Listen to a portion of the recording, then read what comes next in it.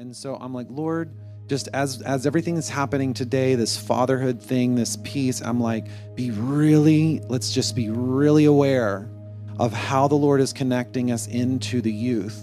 And everyone has their parts and has their places, but I think we're in a period of time where if we're invited in something, you say yes and you just go be curious. Go see what it is. You're not coming to teach, you're not coming to preach, you're not coming to share your wisdom or anything like that. You're really just there to observe. And I think, could be wrong, but I think that the Lord is shifting this switch where he's going to connect these generations, obviously for this move. So. Hallelujah. I also just want to echo on all this. I teach at ORU, and they have a revival service every semester. Hi buddy, come here.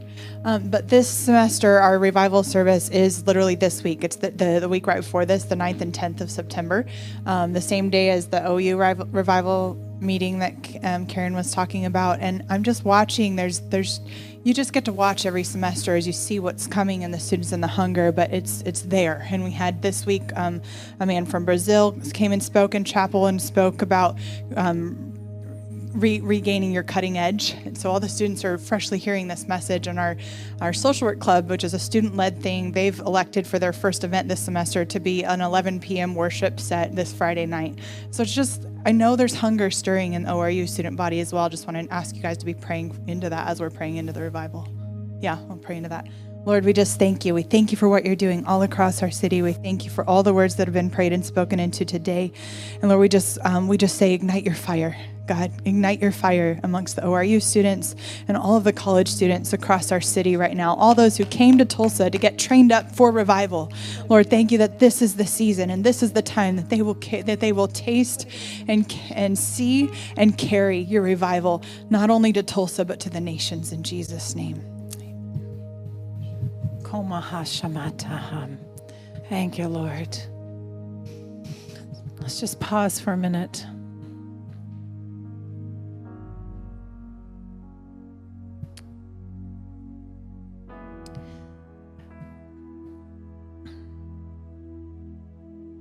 I literally have spent hours in prayer and preparation of what Holy Spirit is saying and has said to us. And I could have you here all day. But that was not the goal in the heart of God, but He did want me to get it in myself. I'm likened unto a scribe. I watch over. So I know where we're going. To know the times and the seasons of the Lord. We personally here at Kingdom Reign International Ministries have been on quite the journey.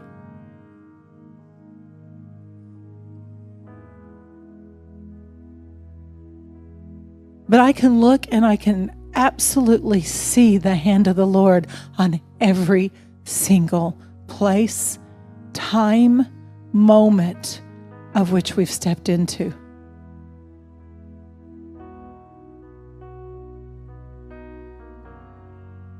We will know when the time comes, however it comes, that we have our next building. But we will not get out of the timing of the Lord. I don't care how comfortable we think it might be. It will be the most uncomfortable, I'm going to say horrific moment.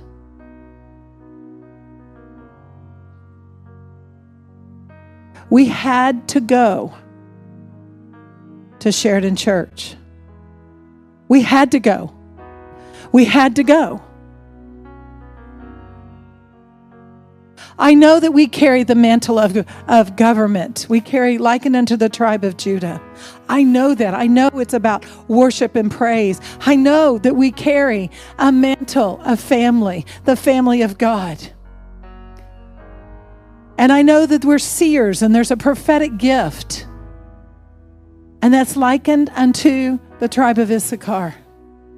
And we didn't just decide these things. God gave us these things. He brought revelation into these things. He moves through a people in these different dimensions.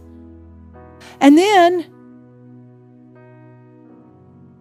he said, you're the ones that'll have the resources. That's business entrepreneurship. That's scribes. That's creatives. That's writers. It's just media. Yes, there's got to be resources for the days of which we've stepped into.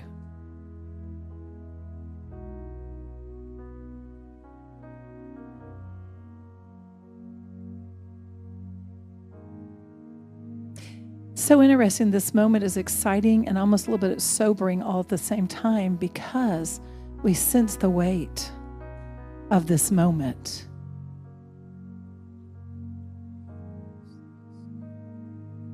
How many of you have been praying for Tulsa for a long, long, long time, Sharon?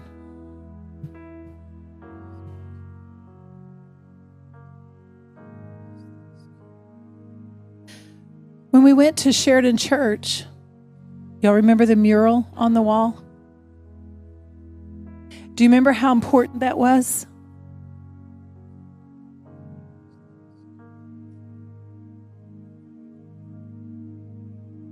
I could write books over the revelation of the Lord.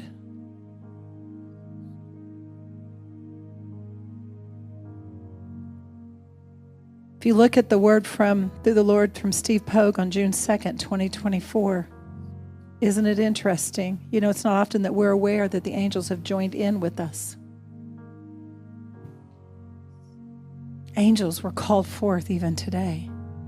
Any kind of apostolic movement does not happen without angels, period. All throughout the Word of God, they come, they join in.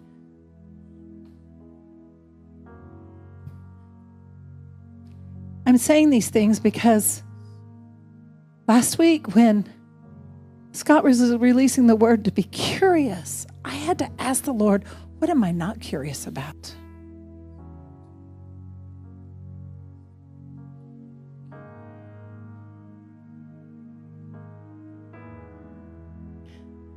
Angels? Lots of them. I looked up, I said, Lord, I want to see them. How many of you know they're near, but you might not always see them? How many of you know one, I'm going to use Damaris, just because I know, who has seen angels since how old? You were very young, correct? 18? And she was at ORU, seeing angels. Oh my gosh, what did that word do for you? Okay, you got to stand up. Hallelujah. I was just walking down a sidewalk at ORU going back to my dorm, and I said, Lord, I'd like to see angels, and it was instant, and it's been happening ever since. Thank you, Lord. There's others. I know Sherry really does see angels. Correct? Yeah. You've heard me say this if you've hung with us very long. Here's what I know. I may not see them, but I trust and know you do, and I can go where you go because you see. But I got to be curious. On this little document, there was another moment in time where Steve Pogue basically was hearing from the Lord and says, I might be out of my mind, but I'm seeing the ancient angels being released for the outpouring of the Lord. There's more.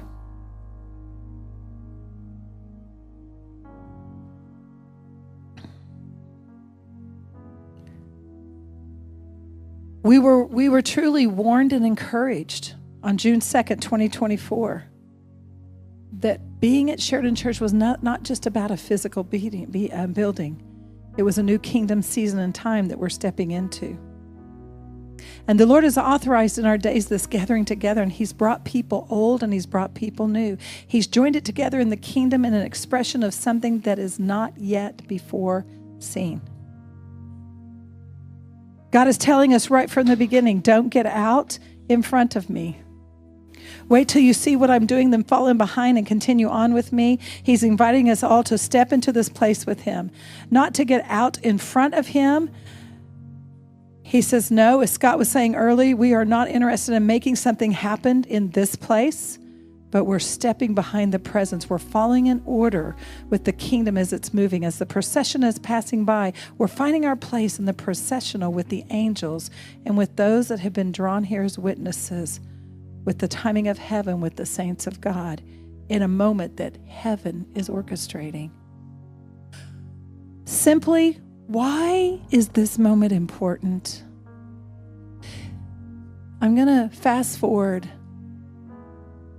When we asked the Lord, Shanae and some of the others in prayer, and we said, Lord, what do you want us to do in 2025? We had a grace to fast in 2024, but the Lord has always told us, don't just do the same old thing just because it's the same old thing. Hear me.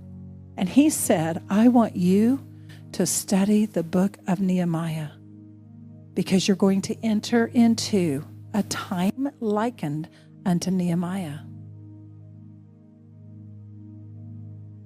What did we learn? We learned lots of stuff, but we also learned the importance of government and the spiritual moving together as one.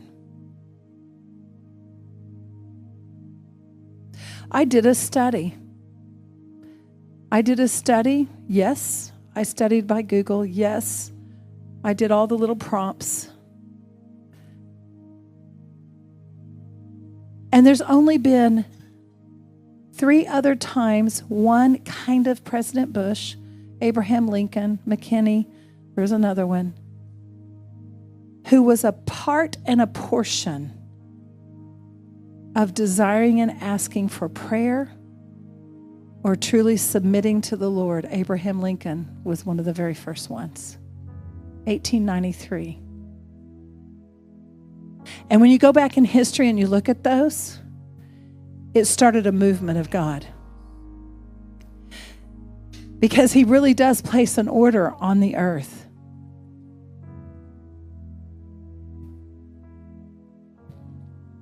When I heard that President Trump was the one who said to the White House Faith Office Initiative, we can't legislate returning to God. It's got to be the hearts of a people. And so to celebrate the 250th birthday of America, can't you hear him? I can hear him. Let's have America's revival. Let it go from state to state. It's the biggest revival ever. How, Yes. And he said, let's start in my house. And 90 people went to Mar-a-Lago, bowing before the Lord and asking for a nation to return to God.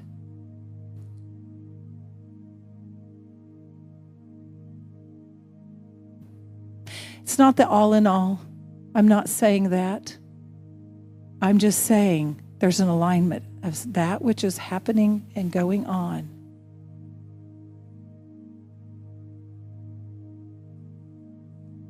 And we know just to follow him and follow his presence. We have an invitation to be a part. When Keith Green was ushered out of the city, Melanie Green came to Kingdom Reign in 2015. Scott was driving a limousine while we were hosting her. And he came in, shook, emotional a little bit, and said, I heard the Lord say, Just as revival was ushered quietly out of the city, I will usher it back in quietly. Remember that?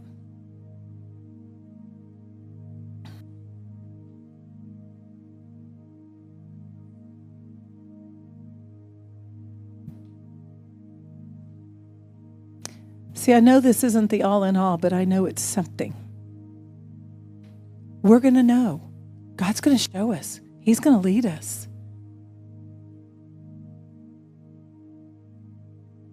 We're going to show up.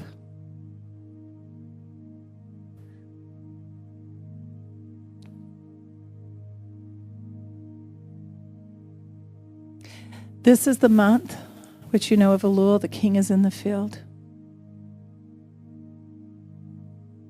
It's a time where the Lord meets a people in their field, and we meet him. It's also a time of repentance. When you look at repentance, it truly means shift, change. It's much deeper than that, I understand. But I believe we're standing at a moment of the kingdom of heaven that is truly, the veil's getting thinner and thinner and thinner and thinner and thinner. Come on, it's thinner, it's thinner.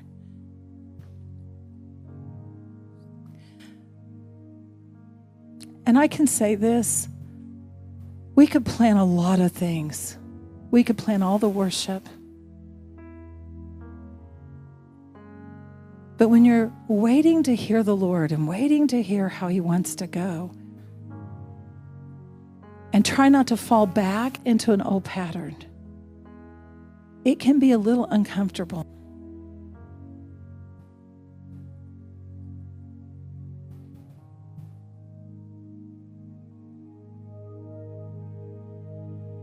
But if we wait on him, he will show his face, because the veil is thinner now.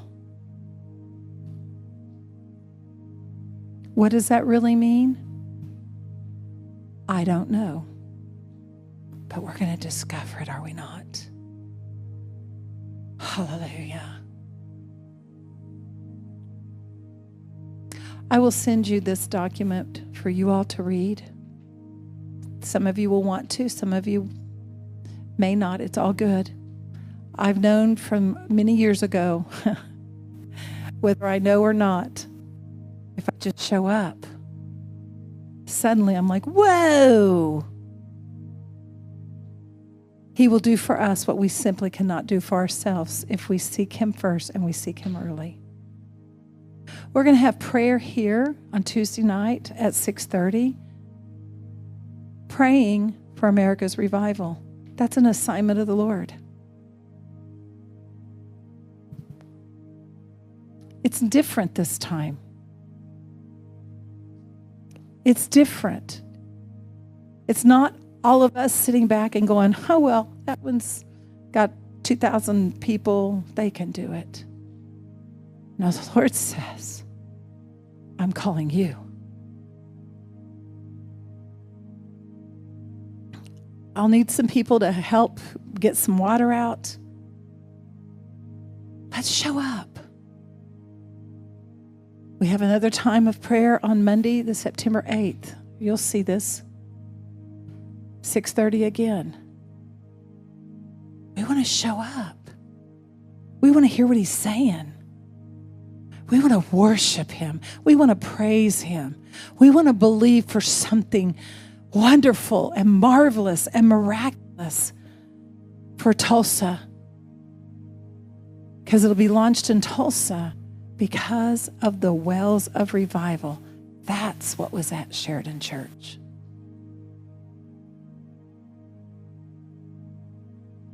Hallelujah. How many of you know I always say it, we're all in. I mean, it's okay if you don't know what that means, but I know that I know. I tell Rick all the time, I'm all in.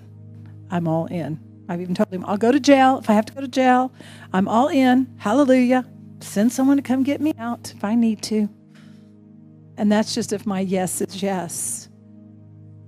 and if someone doesn't really like that you pray or you meet. Hallelujah. Let's worship as we take communion.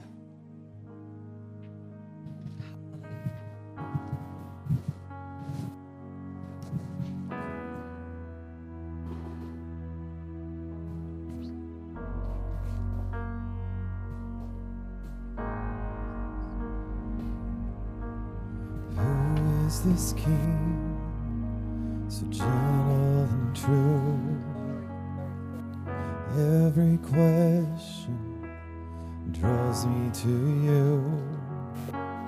Who is this Savior, mighty to save, of everlasting, Son you embrace? I'm curious for your heart, draw me closer to who you are. I'm curious for your heart, show me the depths of who you are. Your love unending, your power moves. I stand in wonder, searching for you.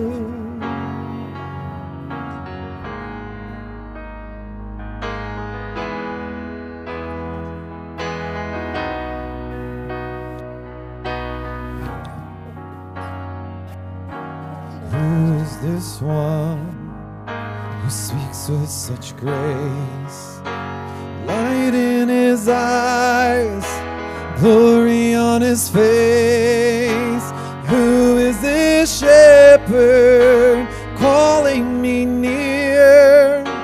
Perfect in kindness, casting out fear. I'm curious for your heart, draw me closer to who you are. I'm curious for your heart, show me the depths of who you are.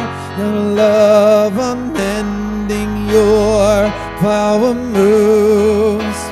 I stand in wonder, searching for you. I'm curious for your heart, draw me closer to who you are. I'm curious for your heart, show me the depths of who you are. Your love unending, your power moves. I stand in wonder, searching for you.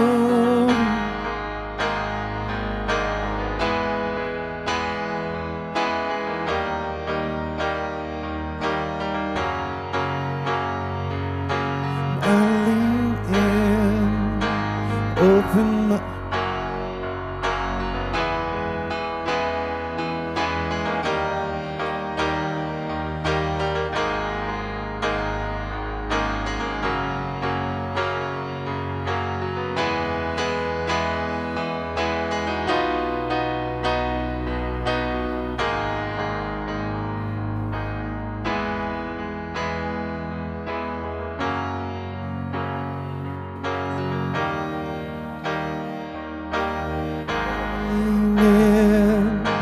open my eyes, awaken my heart to holy surprise. More of your spirit, more of your truth, endless mystery found in you.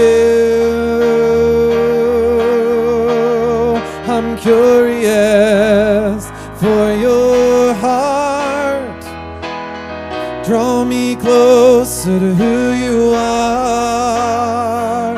I'm curious for your heart, show me the depths of who you I'm curious for your heart.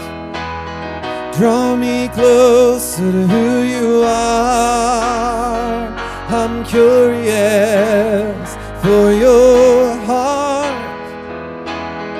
Show me the depths of who you are. Your love unending, your power moves. I stand in wonder, searching for you.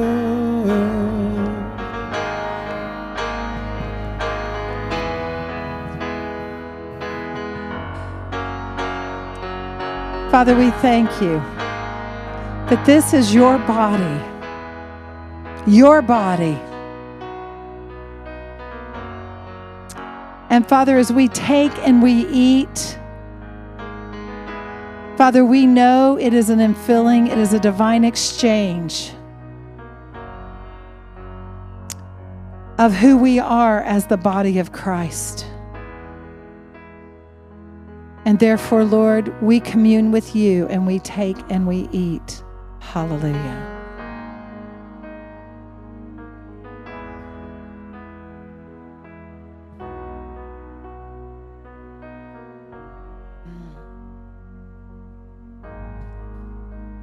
Decree with me, there's nothing like the blood of Jesus. Come on, there is nothing. There's nothing. And this is the body and the blood of Jesus Christ, his blood. And as we take and as we drink, it is a divine DNA exchange. It is his blood that pulsates through our veins. It is a forgiveness of not only sin, but all sin that was, all sin that is, and all sin that shall be, because he is the God of time. And therefore, as we drink, you are forgiven of all sin. And in that moment, you are sinless. You are sinless. You are sinless because it's under the blood. It's under the blood. It's under the blood. And you rise up in a greater awareness of not only what Jesus Christ has done and the price he has paid, but the new creature of which you are. You are a new creature in Christ Jesus. Hallelujah. And therefore, because of the blood, we can drink him, we can celebrate him, and we can have great forgiveness and repentance. So we take and we drink in Jesus' name.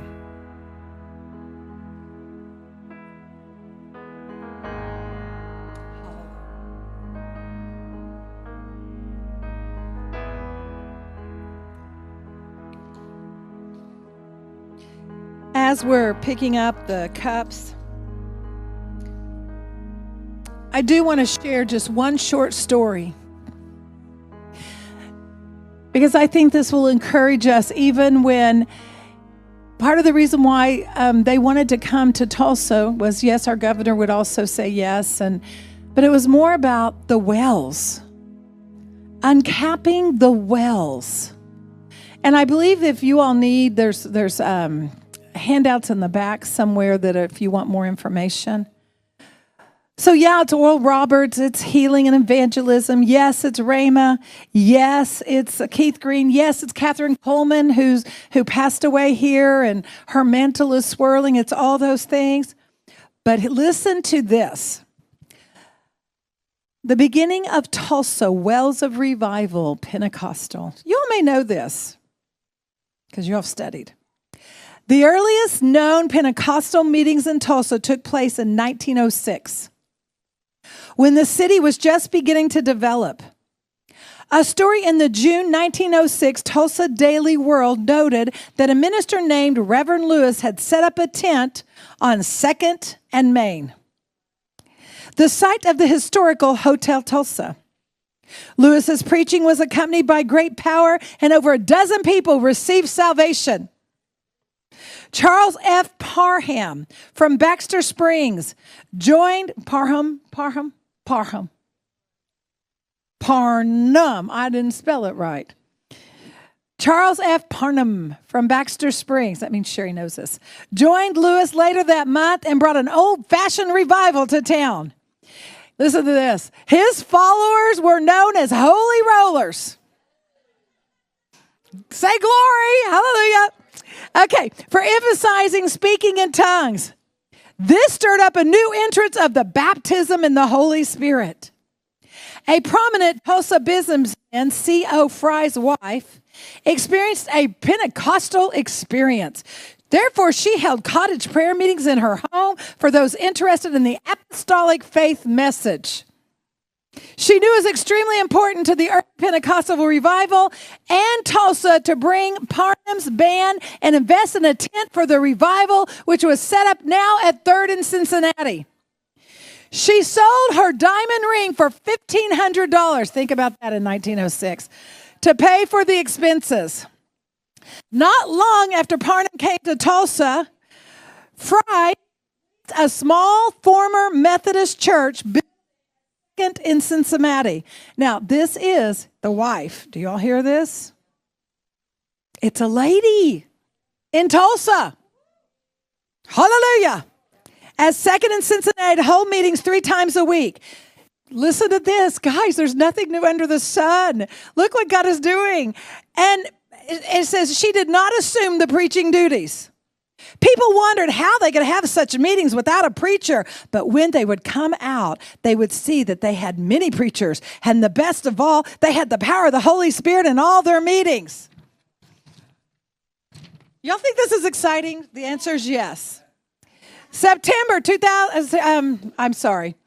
It was 1908. I put 2008. September 1908. Mrs. Fry attended a meeting. Mrs. J.C. Ament attended a meeting and was healed of blindness, spinal trouble, and gastritis. She was not only healed, but she received salvation, was filled with the Holy Spirit, and the apostolic faith continued to grow, and they rented an old Indian Territory courthouse next door on 2nd Street between Cincinnati and Detroit. The early Pentecostal saints didn't just preach, they were active in their communities. They were known as true apostolic believers. Therefore, Vendela Fry should be rightfully recognized as the founder of Pentecostal movement in Tulsa. The 1920s was a crucial time for growth of the Pentecostal movement in Tulsa. Several important revivals burned their second wave of Pentecostal, the fire of God burned through a second wave of Pentecostal churches and were largely responsible for establishing a number of today's centennial churches. The first revival that was built, Tulsa's Pentecostal community, was Amy Semple McPherson revival. That took place in 1918 during the global Spanish influenza pandemic. From the first meeting until she left, the Spirit's presence and powers was felt. Sinners were saved. Seekers after the baptism received the precious gift of the Holy Ghost, and many were healed. On one night, the power of God was so manifested, so much that her hands burned like fire as she touched the saints. They felt the power, and many were slain under the power of God. The second revival was the Raymond T. Ritchie's Healing Revival in 1921, where more than 10,000 people heard the Pentecostal message proclaimed and demonstrated in healing lines. These revivals were largely responsible for a second wave of believers who experienced the Holy Spirit and helped start some of Tulsa's most famous and long-standing Pentecostal churches and movements. Hallelujah. So say, we're going back to the beginning. Come on. Back to God's original design of what He's called forth for this hour. It wasn't just in 1950 and 60 and 70. No, it began at the founding of Tulsa.